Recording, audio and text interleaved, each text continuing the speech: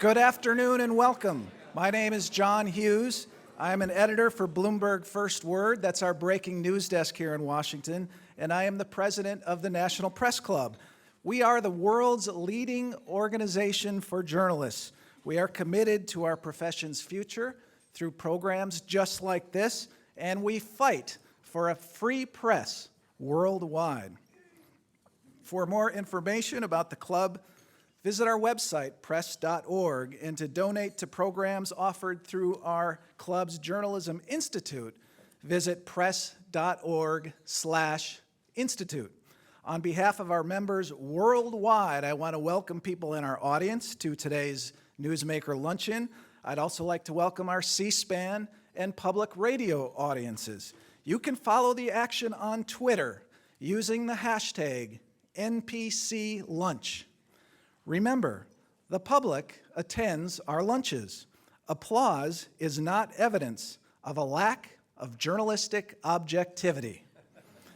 After our guest's speech, we'll have a question and answer period. I will ask as many questions as time permits.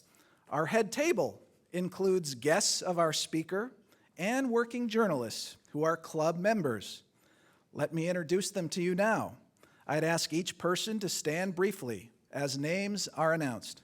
From the audience's right, Pender McCarter, retired Public Relations Director for IEEE. Jackie Kazel, former Presidential Innovation Fellow at the White House, FEMA, and GSA. Bill Yarnoff, Vice President of Business Development at the Diplomatic Courier. Tam Harbert, technology freelancer and chair of the National Press Club's Freelance Committee. Jonathan Fisher, senior editor at Slate. Susan Molinari, vice president of public policy and government relations at Google and a guest of our speaker.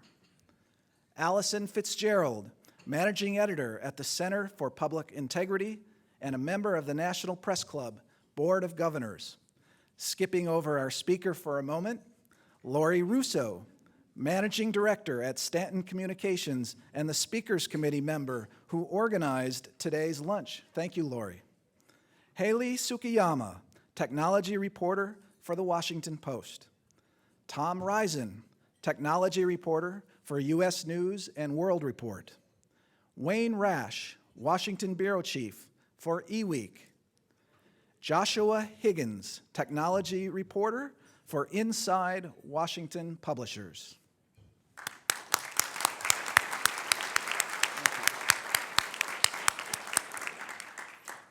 So a little more than 40 years ago, the first international conference on computer communication gathered in the basement of the Washington Hilton.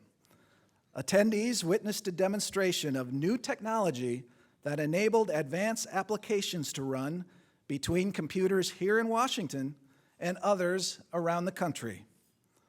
ARPANET, a network created by the Advanced Research Projects Agency, was the earliest version of the internet. One of those involved in the demonstration that day is today's speaker. Since then, in 1972, Vint Cerf has developed and advanced the architecture and utility of the internet, ushered the continued spread of the web, and become one of the most widely respected authorities on internet policy and governance. Many call him a father of the internet. Since 2005, Dr. Cerf has served as the chief internet evangelist for Google. He says he took that moniker because they wouldn't approve the title of Archduke. Dr. Cerf is obviously well-versed on the value and capabilities of the internet. Recently, he voiced concern that the 21st century could become an information black hole unless we find ways to preserve photos, documents, and other digital content, which is hard because we don't know how computers of the future will function. His solution for now: if you want to make sure that some important information survives for posterity, print it out. Dr. Cerf's current project is the Interplanetary Internet, which he is working on with NASA's Jet Propulsion Laboratory. It is exactly what it sounds like, a computer network for planet-to-planet communication. His list of awards and commendations is, as you can imagine, quite lengthy. If you want to learn more about them, you'll just have to look them up on the internet. Google it. Please give a warm National Press Club welcome to Google's chief internet evangelist, Vint Cerf.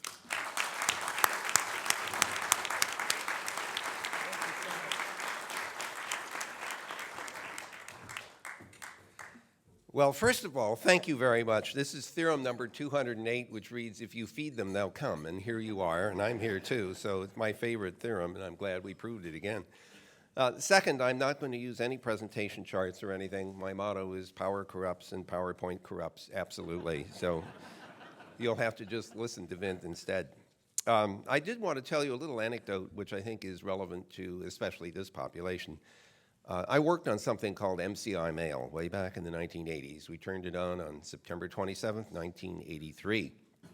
And among the first people to sign up for this electronic mail service were reporters, one of whom was William F. Buckley. And I maintained a lovely correspondence with Bill over the time before he passed away.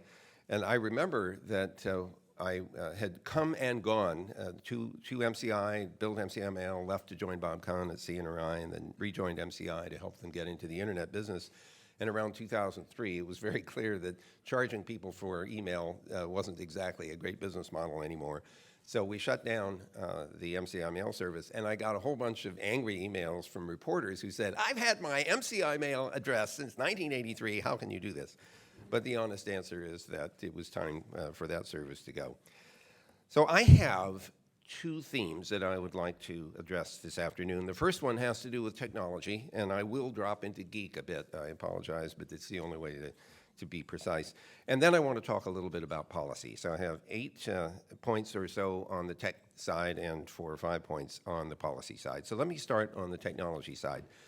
I'm really proud of the fact that the internet continues to evolve. This is not a design which was fixed in time 40 years ago, but rather it's one which has adapted to new technology. It has swept in new communications capability. It has become an important element of the smartphone. Both of the internet and the smartphones and the World Wide Web are all mutually reinforcing in many, many ways.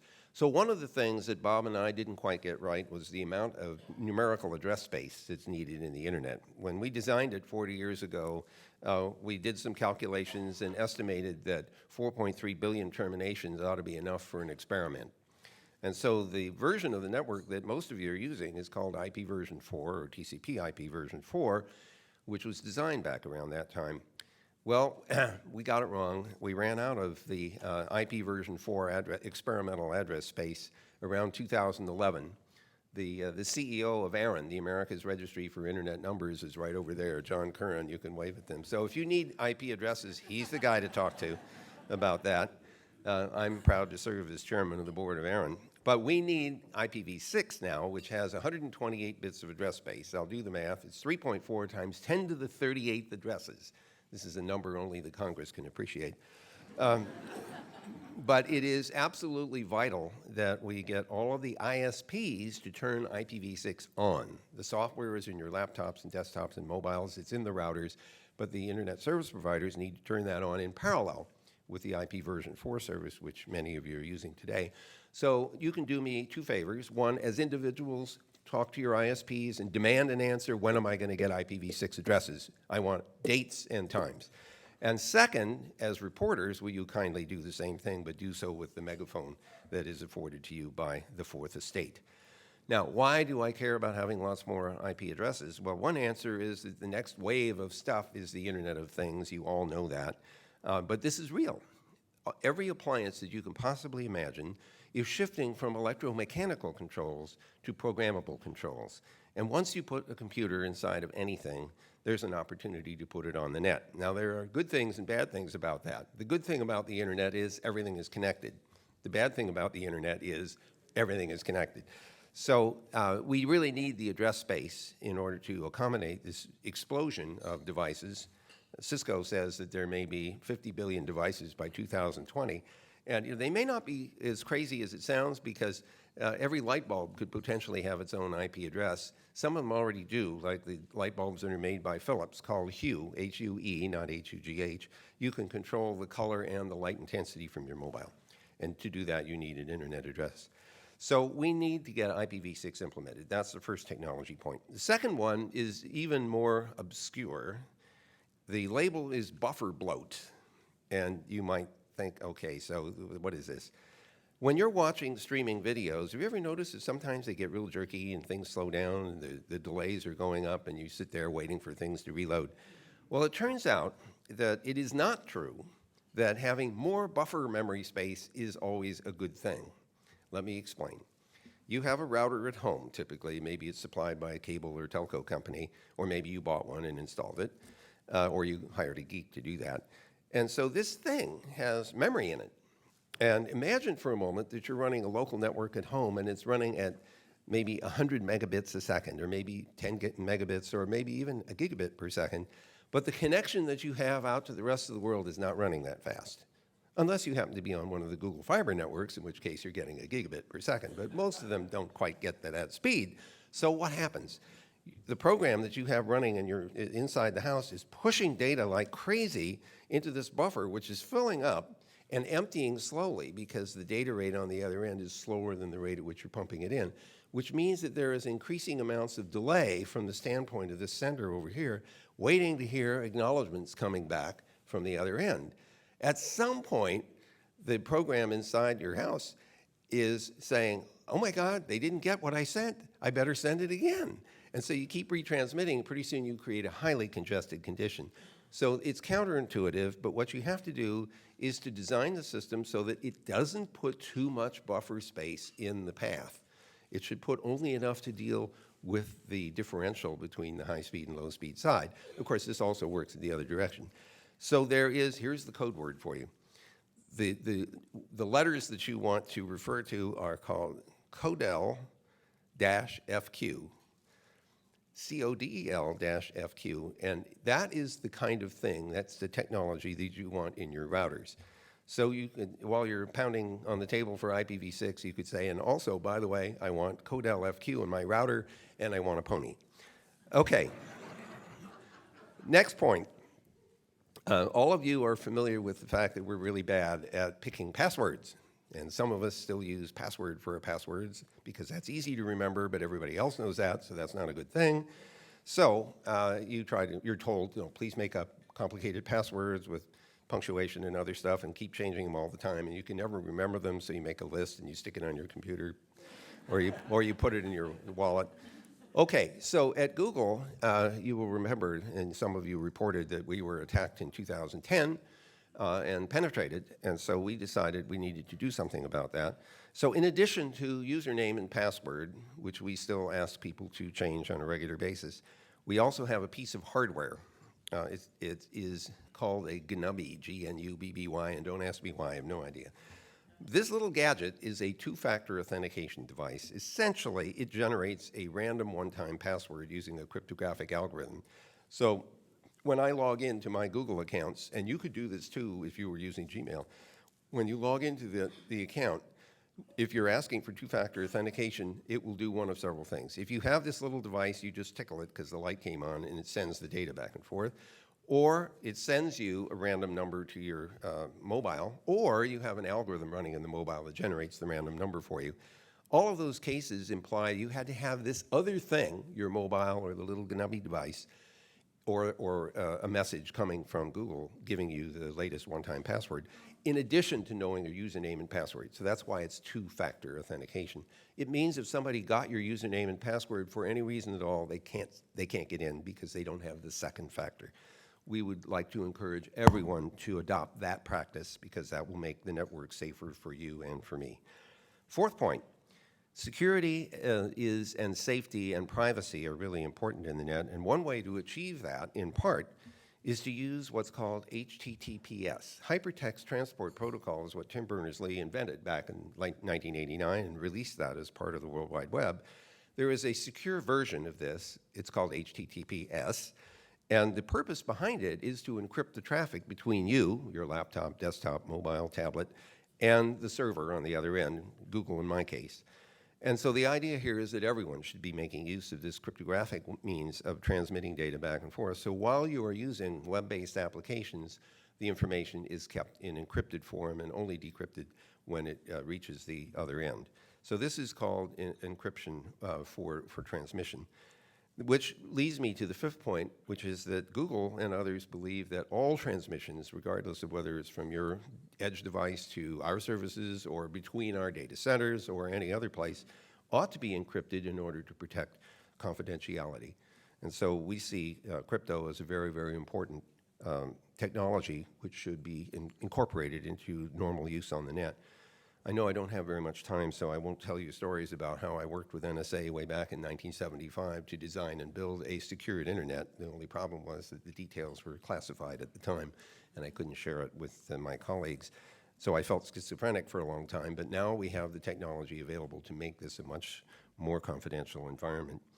We think also that it's important to encrypt data once it lands in place. So your laptops should be encrypted, your disk drive should be encrypted, your mobile should be encrypted. We will encrypt data that lands in our data centers. As we move it back and forth between the data centers, we keep it encrypted so that even if the data center were penetrated or you lost your laptop or your tablet, the information will be very hard for someone to extract. So crypto is important. The seventh point is another geek thing. It's called DNSSEC. Now, you all know what the domain name system is because you use domain names all the time. DNSSEC is a security extension. How do I do this in a couple of seconds? When you do a lookup of a domain name, you may not see that happening, but when you type www.google.com, your computer says, where the hell is that on the net? I need a number. And it looks it up in the domain name system, which is a big distributed database. What it gets back is an IP numerical address. So these two pieces of information, domain name and IP address, are very important. Now, what happens if somebody can go in and change the numeric address associated with the domain name? You may think you're logging into bankofamerica.com, but if somebody has hacked the system, you're off to some bad site, which is extracting your username and password and everything else. So the solution to this problem is to use something called a digital signature. Some of you have heard the term public key cryptography. Digital signatures arise out of that technology. We can digitally sign the binding between the domain name and the IP address. So when you get that pair back from doing the query, you can check, did anybody change the binding? Has anybody altered the numerical part? And by checking the digital signature, you can verify it has not been modified. This protects against all kinds of spoofing kinds of attacks that would otherwise be of harm. So we think DNSSEC should be implemented. It is being implemented throughout the domain name system, but we need more and more implementation as it goes down into the hierarchy. The eighth thing on the geek side, you're going to love this, it's BCP 38. Okay, what the hell is that? This is best communications practices, number 38. Basically, what this says is that if you are operating a network and you are going to accept traffic from people that will eventually be sent out to the rest of the internet, the first thing you should do is check to see whether the source internet address, the numerical internet traffic into the net that has fake source addresses.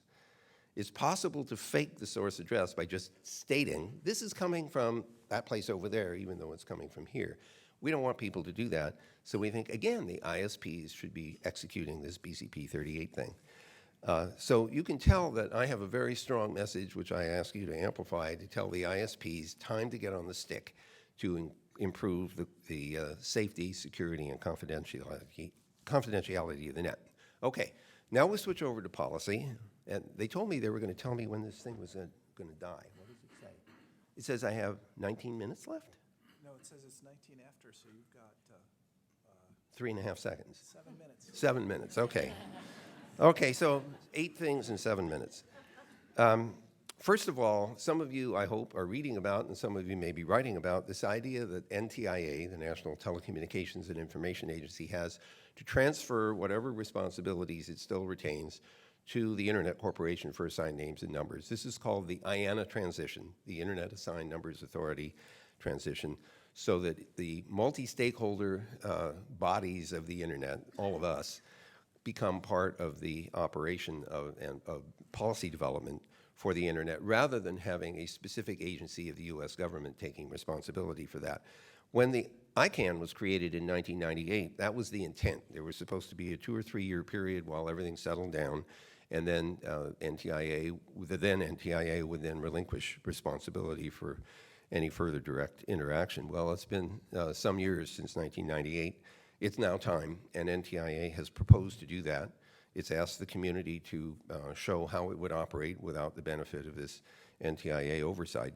And so, although there is controversy over this, I am a strong believer that the government should step away from this special responsibility or authority and return this to the community, which has created and operated the internet since its inception. So that's point number one.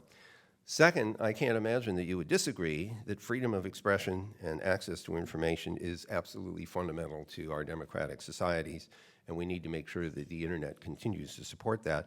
I'd like to add one more freedom to this, and that's freedom from harm. We don't often speak about that, but unless people feel that they are safe in using the internet, then they will not use it. And if they don't, then some companies' business models, including mine, may very well be undermined. So it's very, very important, in addition to the freedom of expression and assembly and access to information, that we do everything we can to protect people from harm, which is why I was talking about all those other geek things a little while ago. Point number 3 has to do with non-discrimination, and in particular, none of the ISPs or the broadband providers should have anything at all to say about where the traffic comes from and where it's going. Everybody should have equal access to the net. You should have the ability to go anywhere you want to on the net and, in principle, do whatever it is you want to do. Of course, if it turns out to be illegal, that's a different problem. But none of the providers of access to this system should be telling you what you can and can't do. So that's a non-discrimination element that's showing up in the net neutrality orders that have come from the FCC. Preserving user choice is fundamental, again, to the internet's utility. Similarly, the fourth item on the policy list is equal access to performance features. I mean, if you have the need for low latency because you're playing some kind of a video game, or you need high bandwidth because you're streaming video, you should have access to that. There shouldn't be possible for the broadband provider to pick and choose who gets access to that and who doesn't. This should be openly available to everyone. I didn't say free, but what I said is everyone should have equal access to those capabilities. And finally, I think it's very important that we encourage, not only here in the US, but everywhere around the world, the adoption of policies that would encourage the creation of more internet. Now, of course, I'd say that, but look, here's my problem. At Google, my job is to get more internet built all around the world. And in talking to Eric Schmidt the other day, he said, you know, you can't retire. And I said, well, why not? And he said, well, you're only half done. You have 3 billion people up. You have another 4 billion people to go. So I could use some help in case any of you are interested. We really need to help countries recognize the importance of investment in internet infrastructure for the benefit of their citizens. And so that is my fifth and last point on policy. And since I am clearly over time, I will stop there, Mr. Chairman, and turn the floor over to you to ask grilling questions. Thank you.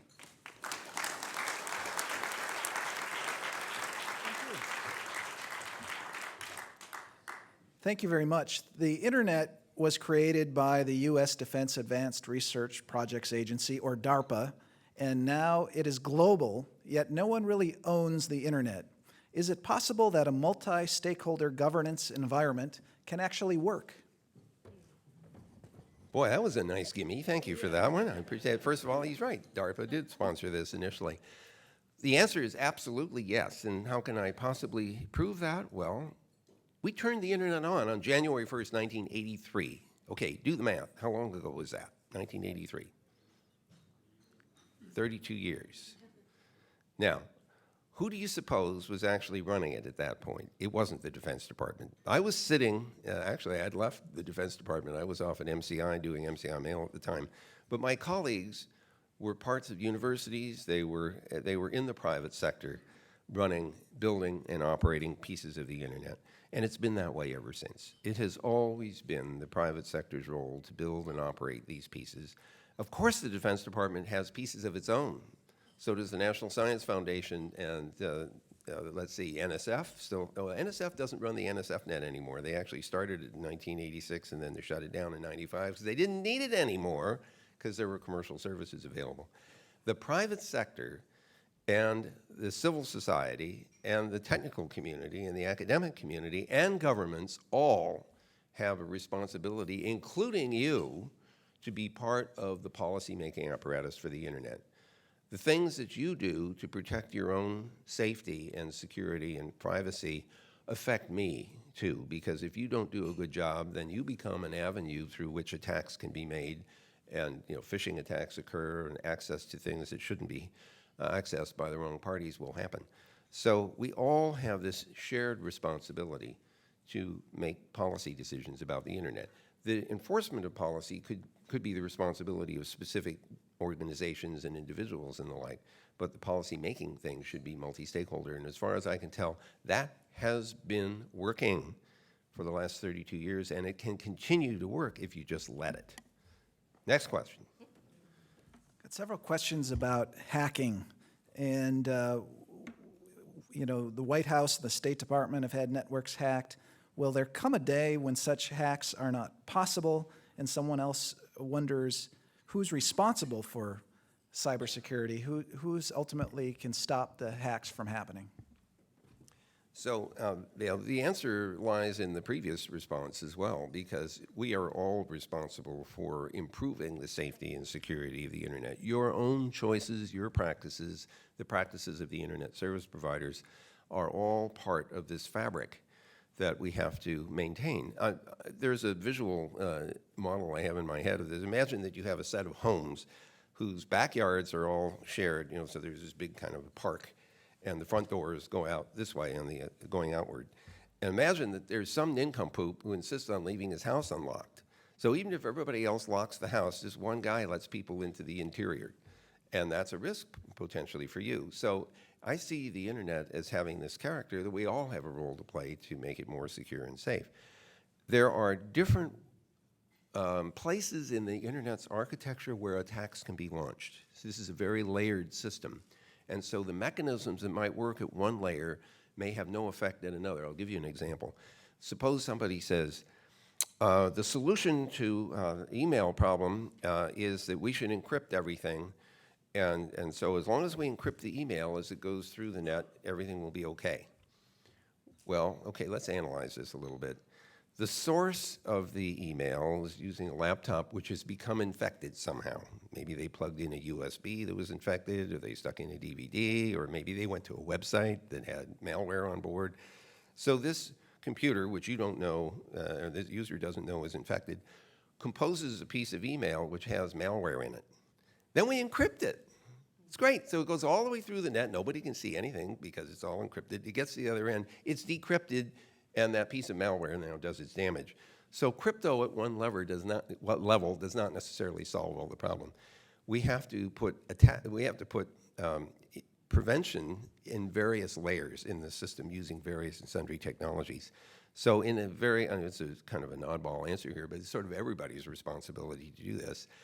But each layer and each provider of service at those layers has a responsibility, just as we do at Google. We're way up in the application space, and we're doing everything we can to protect against the kinds of attacks which could be launched against our layers of the architecture. But there are other layers below us, the ones that are doing transport, that also need to contribute to the safety of the system. Right now, we use social and credit history to verify our legal identity. If Social Security numbers didn't exist, what would identity verification look like? And is there a better way to do identity verification? The short answer is yes. Would you like me to elaborate? So first of all, Social Security numbers were not intended to be identifiers used in commerce, right? But they are. Or the last 4 digits, which is almost worse. Second, the Social Security numbers don't have any check digits in them or anything. There's no way to tell whether this is a valid or invalid Social Security number. It's just 9 digits. So we could do a lot better, especially with today's technology. One possibility would be to issue as a certificate which identifies a public key that belongs to you and to you alone. And what you would want is to have the private key that goes with it. Now, this is public key crypto stuff. This is this weird thing that my friends Marty Hellman and Whit Diffie came up with in 1977. It's kind of like a door with two locks. You have two keys. One key locks the door, but it doesn't unlock it. The other key unlocks the door, but it doesn't lock it. And so you have these two different cryptographic keys that work together to create security. So you can imagine having an identifier that has been digitally signed by an authority that would issue those identifiers. That authority could be a state government, because that's where the SSNs come from, or it could, well, I guess it's a federal government, but the states issue these things by. Does anybody know the answer to that? Is it correct that the states issue the Social Security numbers, but they do so on, the federal government does it? Okay, thank you. So the federal government could issue these certificates, and as long as the digital signature works, this is a way of validating yourself remotely. Somebody could send you a challenge saying, are you really Vint Cerf with this public key? And if they encrypt that in my public key, only I can decrypt it in my private key, just like the only guy who can unlock the door with the private key. And then I could send a response back to that party's, using that party's public key to encrypt the response. So we can verify that each of us has a credential issued by the federal government that has a public and private key associated with it. It's more complex than that, but we don't have time to go into all the details. But that's the essence of what could happen. It would be a lot better. By the way, here's another opportunity for policy. If we could agree on an international basis about the bona fides that have to be shown before you get one of these credentials, then we might be able to make a digital signature as significant and as authoritative as a wet signature is today. But we have to agree on a global scale what bona fides have to be presented in order to get this authorizing digital signature and certificate. I think that would be a really good thing to do, because it would encourage e-commerce and would also give us some protection against the abuse of our Social Security numbers. So that's the long answer. In addition to printing out our photos, what else should we as a society be doing to preserve information, that is, preserve our culture for future generations? So that's a great question. I really didn't say print everything, but some people who are in the business of printing photographs decided that's what I said. And you can't blame them. Printed photography has gotten kind of different from all the stuff that you see on Flickr and everything else. So here's the problem. Every single day when you use software in your laptops or desktops and what have you, you create complex files. If you're using a text document editor, Microsoft Word or something else, the file that you create is actually a pretty complex object. And in order to correctly render it or allow the document to be edited, you need a piece of software to help you. That's the application program. So now I want you to imagine that it's the year, 2150, and you're Doris Kearns Goodwin's, great-great-granddaughter, and you want to write about the beginnings of the 21st century. Now, you remember Doris Kearns Goodwin wrote that wonderful story about Lincoln and his team of rivals. If you read it, I hope you had the same reaction I did. The dialogue seemed very plausible. The opinions that were being stated and the words that were being used made it seem like she must have been a fly on the wall 150 years ago. Of course, she wasn't. She went to 100 different libraries and collected the physical correspondence of the principals and used that to reproduce the dialogue of the time. Now, imagine it's 2150. You're Doris Kearns Goodwin's great-great-granddaughter, and you're trying to write about the beginning of the 21st century, and you can't find a damn thing because all the email has evaporated. Or worse, you have these giant disks full of bits that represent the email, but the application program and the operating system it ran on and the hardware that the operating system animated don't work anymore. They're gone. Nobody supported them. You have a pile of rotten bits on your hands. So I want to prevent that from happening, and there are only a few ways that I know of to do it. The best one that I have seen so far, I lectured about this with my partners at Carnegie Mellon just last week at Stanford University. This guy, Mahadev Satyanarayanan, I practiced so hard to say that.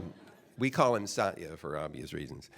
Satya has developed a virtual machine capability that will allow him to emulate hardware of pretty much any kind and then run the operating systems on that emulated machine and then run the application on the emulated operating system. And it works. He demonstrated this is not slideware. He showed 20 different emulations of different machines and different operating systems. And my God, he was showing me 1997 TurboTax running on a Mac. And it looked, including the crappy graphics and everything else. It was really a phenomenal performance. So the ability to preserve software, applications, and operating systems and emulate the hardware is exactly the best answer so far. Imagine running those emulations in the cloud so that those machines are available to anyone. This is not a trivial technical problem, and also there is intellectual property issues. How do I get a hold of the software? What rights can I get? What if I have the object code and I'm running it on the cloud and somebody says, you can't do that because they didn't pay? And he said, it's 150 years since you did anything with that software. Give me a break. You remember what happened when the Xerox machines were created and the librarian said people should have the right to copy a limited amount of material this way. And the publishers were saying, no. I'll publish one book and people will make Xerox copies of it and I'll never make any money. Well, that didn't happen. And this ability to employ fair use was very important. We need a preservation use like that associated with copyright so that preservation as an act is not only sanctioned but encouraged so that our digital content will survive over long periods of time. That's my long answer to that question. Combine a couple questions here. In 1979, Bob Kahn urged you to create a brain trust in case you got hit by a bus and couldn't continue your work. Who do you view as the brain trust today? And part two of that is, do you feel there is enough technical expertise or even consultation with technology experts among those who craft technology policy? So who is the brain trust, and is the brain trust being consulted like it should in technology policy? Okay, so the answer to the last part is no. The answer to the first part is that the original group that I created at Bob's request was called the Internet Configuration Control Board, ICCB. We made it as boring as possible so nobody would want to be a member of that board. And then I appointed the people who were the lead researchers on the development of the Internet at multiple universities around the U.S. And so the ICCB morphed into the Internet Activities Board around 1984, later became the Internet Architecture Board in 1992 when it became part of the Internet Society. And now the Internet Architecture Board and the Internet Engineering Task Force and the Internet Research Task Force, all of which are housed in the Internet Society, are the brain trust for the technical evolution of the Internet. That's where the bulk of the new protocols are coming from. This is not to disenfranchise various corporate entities that are trying to develop new protocols and new applications for the net, but the core of the Internet's evolution still comes from that brain trust. I've lived here in Washington since 1976. And I've considered it to be both a privilege and a responsibility to try to help policymakers understand enough about the Internet so the policies they make some sense. And I'm not looking for technical depth here. I'm looking for simple cartoon models of how the network works that are accurate enough so if you reason with those simple models, you will reach the right kind of conclusions about what policies are implementable and which ones are not. The last thing you want is a policy that requires you to double the speed of light, for example, or abandon the law of gravity. So our job as technologists, I think, is to try to be helpful, to provide clear enough explanations for how this stuff works so that when policy gets developed, it actually is implementable and it makes sense. The worst thing in the world is to pass laws that can't be enforced or can't be implemented because it encourages disrespect for the law, and that's not a good thing. Looking over the past 2 decades or so, what are the one or two developments in the Internet that you are most pleased with and most disappointed with? Well, starting with the last one, spam is kind of a disappointment.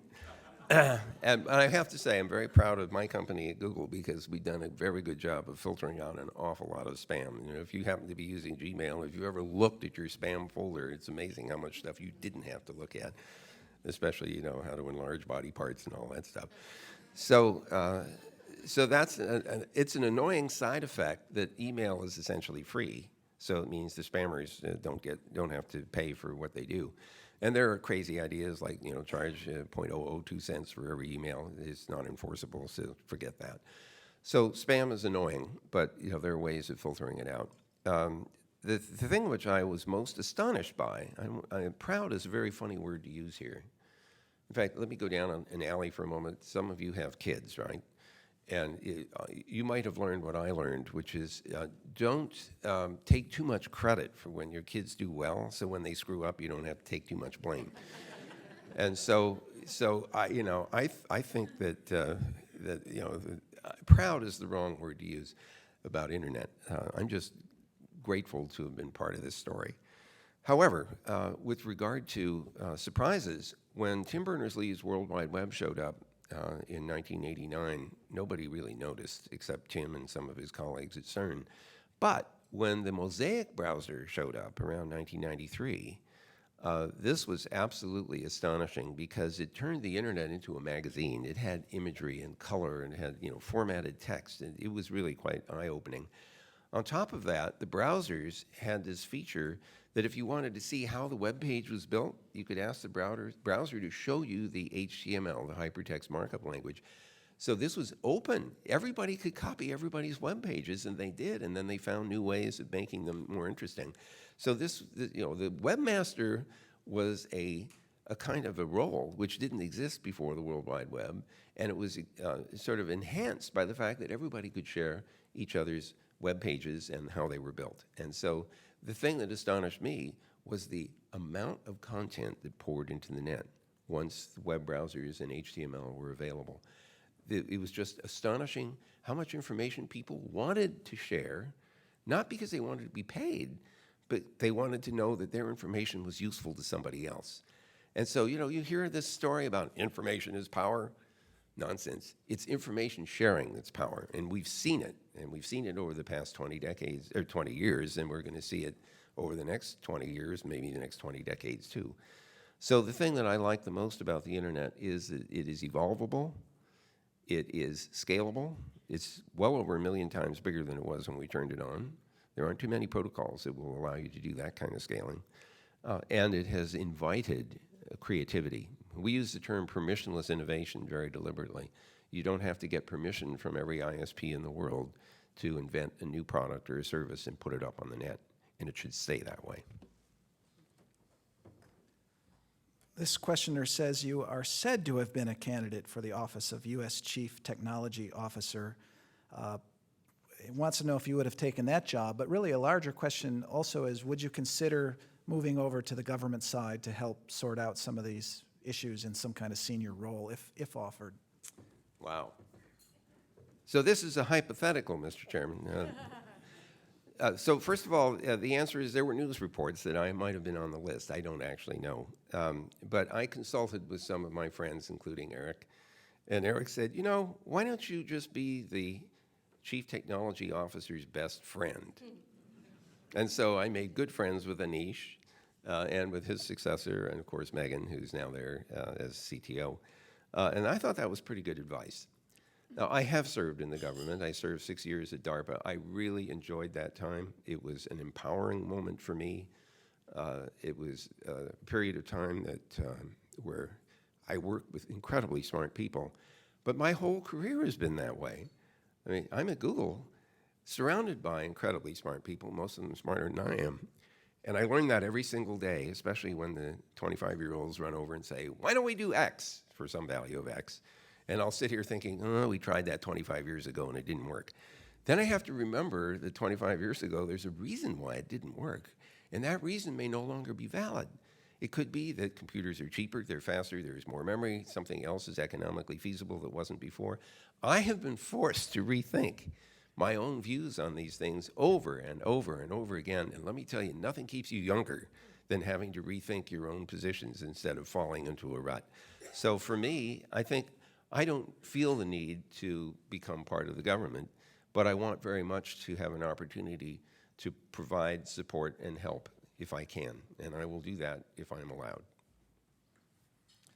Do you want to see Congress pass the USA Freedom Act And Congress just had a hearing on encryption focusing on privacy rights versus law enforcement's desire for a backdoor into cell phones, et cetera. What do you think Congress should do? Wow. So, first of all, this backdoor idea is indicative of a real tension here. I mean, this global system is used and abused, like a lot of technology. There isn't anything about the technology that determines whether or not it's a constructive or destructive use. It's just a neutral tool, and some people abuse it.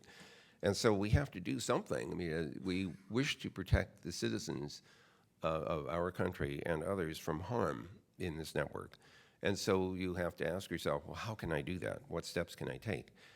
And the tension, pretty obviously, is that if you use things like cryptography to protect privacy and confidentiality, which I'm sure every one of you cares about, there's this question about what about the law enforcement people and what can they do? And the proposal to put backdoors into things is reminiscent of something else some of you will have reported on, the Clipper chip back in the 90s.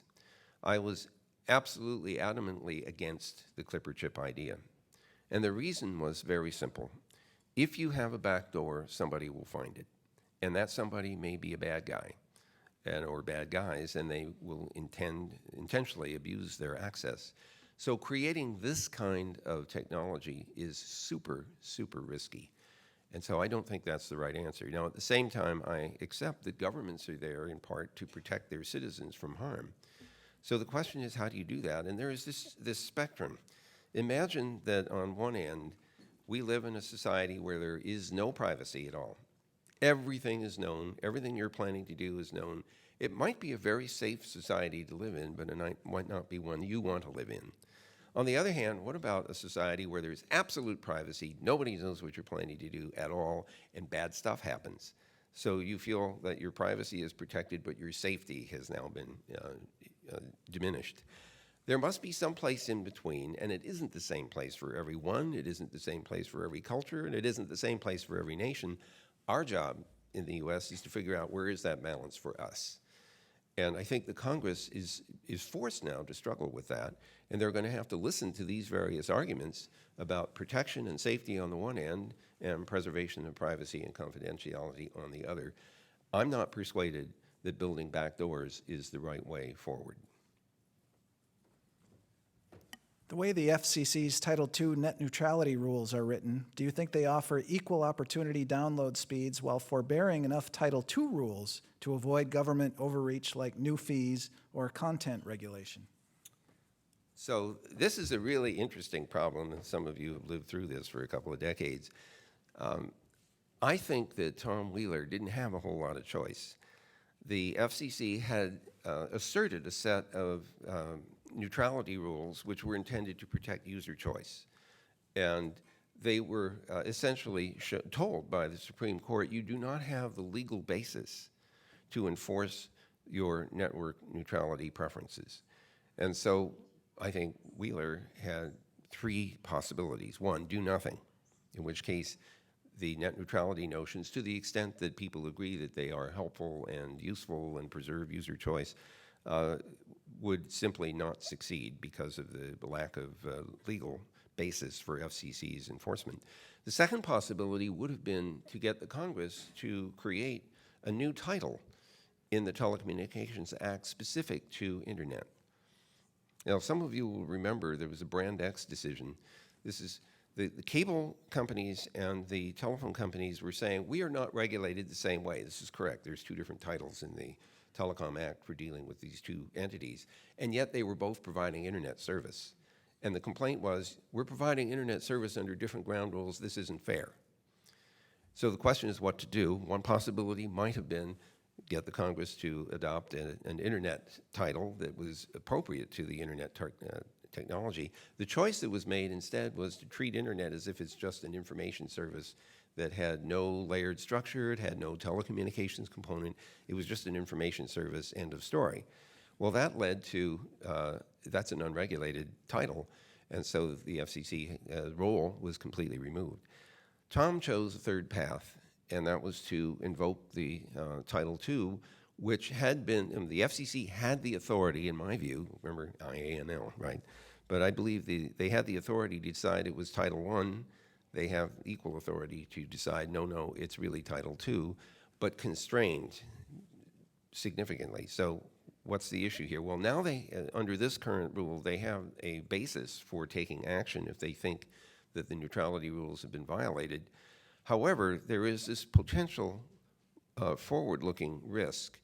What happens if some new FCC in some future game decides to invoke all of the messy complexities of Title II, which were designed for a system for voice communication, which is a far cry from today's internet and probably very much a far cry from tomorrow's internet. So at some point, this tactic probably has to be readdressed so that if we're going to do anything at all in the regulatory space, it needs to be tailored to a network, which I want to emphasize again, must still be evolvable. It must be possible to add new products and services to it. We should not constrain the network, simply in order to regulate it. We need to find a way to make sure that the network treats you fairly, gives you adequate opportunity, incites competition, but at the same time allows the FCC to protect your interests. So that's where my head is, and I hope as a former Congresswoman that you think I have managed to straddle this reasonably well. I mentioned in the introduction that at the National Press Club we fight for press freedom worldwide, and part of your job is evangelizing the internet worldwide. What do you say to governments and regimes who consider the internet a threat, and what can you do to try to shake that loose? I wish I could just say get over it, but that doesn't work. Let's take, everybody picks on China, so I guess I'll do that too, but they are a good example of a tension. I actually have some sympathy for the Chinese government. You realize that there are 650 million Chinese on the internet now? That's like over a third of their, more than a third of their population, close to a half. And so this means that the Chinese government and the private sector there have been investing an enormous amount in building infrastructure for the internet. Fiber networks, they were very early on into the IPv6 space, by the way, bang, bang. So, this is even better. So they have made this big investment. At the same time, they come from a long history of very authoritarian practices. And so they're scared, frankly, about this large population of people becoming unhappy. And if you study Chinese history, which I have not, I am told that the last 7 times there was a major regime change in China is because it was preceded by a peasant rebellion. And looking at all the conditions throughout China, especially on the West, you can appreciate that things are really, scary for the administration, even if they're trying to do the right thing, which is to make sure people are fed and housed and everything else. So my story is that the countries that are seeking authoritarian control over the internet will discover at some point that if they do that, they're shooting themselves in the foot. First of all, they're potentially inhibiting the creativity of the population, which is what they need in order to improve GDP. Second, they may be inhibiting their ability to explore world markets. And I don't care what country you are, even if the US, the global economy is bigger than you are. Don't cut yourself off from access to it. The same message needs to get to the Europeans who are struggling with the digital single market, but at the same time may be accidentally preventing themselves from participating in a global market and letting the global market participate in the European one. So my message has always been economic. It is in your interest, Mr. President, to invest in the internet, to keep it as open as possible, and to allow your creative population to make use of it. No country has a corner on creativity and invention. It's uniformly distributed throughout the population of the world. It's just that the people with these ideas don't always have the wherewithal and the support in order to explore those ideas. And I will give you as a concrete example of that, how many folks come from India to the Silicon Valley or Seattle or here and do spectacularly well. Their ideas were the same. It's just that they didn't have the investment infrastructure, the willingness to take risk that we have in the United States. And so we know that there are smart people out there with the possibility to improve their own GDP if the rules could be made similar to what they are here in the United States. We are almost out of time, but before I ask the last question, I'd like to remind everyone about some upcoming speakers. Lieutenant General Michelle Johnson, the first woman to lead the Air Force Academy, will address a luncheon on Friday. The CEOs of American, Delta, and United Airlines will appear together at a luncheon on May 15th. What an opportunity. And Garrison Keillor, author and host of Prairie Home Companion, will address the press club on May 22nd.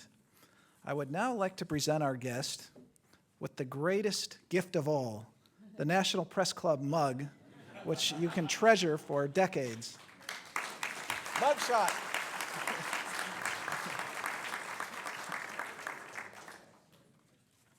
That is a mugshot.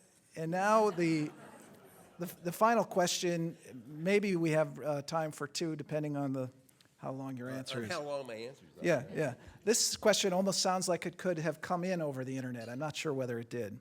This questioner says, you have fewer than 5,000 followers on Twitter, and you're not verified. What's up with that? So I don't tweet all that much, just every once in a while. I have better things to do. And besides, I get more than enough visibility as it is. I don't need any more. I mean, I got stopped by two autograph guys, right? As I walked in today. And I don't know, verification. What do you have to do to get verified? Send your blood type or something? We'll have to ask Twitter. Yeah, I don't know. I remember asking the guy that started Twitter. He says, "Is your title Chief Twit?" He didn't think that was very funny. Next question. Why isn't there a Nobel Prize in computing? Oh, I haven't answered that. And should there be one? Oh, well, you'd have to ask Mr. Nobel, but he's long past. The story, which may not be true, is that Mr. Nobel's wife ran away with a really good mathematician. And in consequence, Mr. Nobel told his committee that under no circumstance will any branch of mathematics be recognized by the Nobel Prize. And unfortunately, computer science has tended to be associated with mathematics, understandably. So we in that field are not eligible for the Nobel Prize. We might be eligible for the Peace Prize, but that's a real stretch because that's a very political kind of thing. There is, however, a prize that's offered by the Association for Computing Machinery, which was founded in 1947 in the U.S. It has now gone global. There is a Chinese and an Indian and a European council, in addition to the one which oversees the whole global operation. I am former president of ACM. I'm still serving in that role until the middle of 2016. And the prize is called the Turing Award, named after Alan Turing, whom many of you by this time will know from the movies that have been made. That prize is $1 million. It's funded by Google, and we're proud to offer that through ACM every year. And I did get that prize along with Bob Kahn in 2004. So I feel more than adequately compensated. It wasn't $1 million back then, and they aren't doing it retroactively. I asked, but that didn't work. So it is it's a coveted and very high recognition of contribution to the computer science community. I think that's more than enough. How about a round of applause for our speaker? Thank you very much.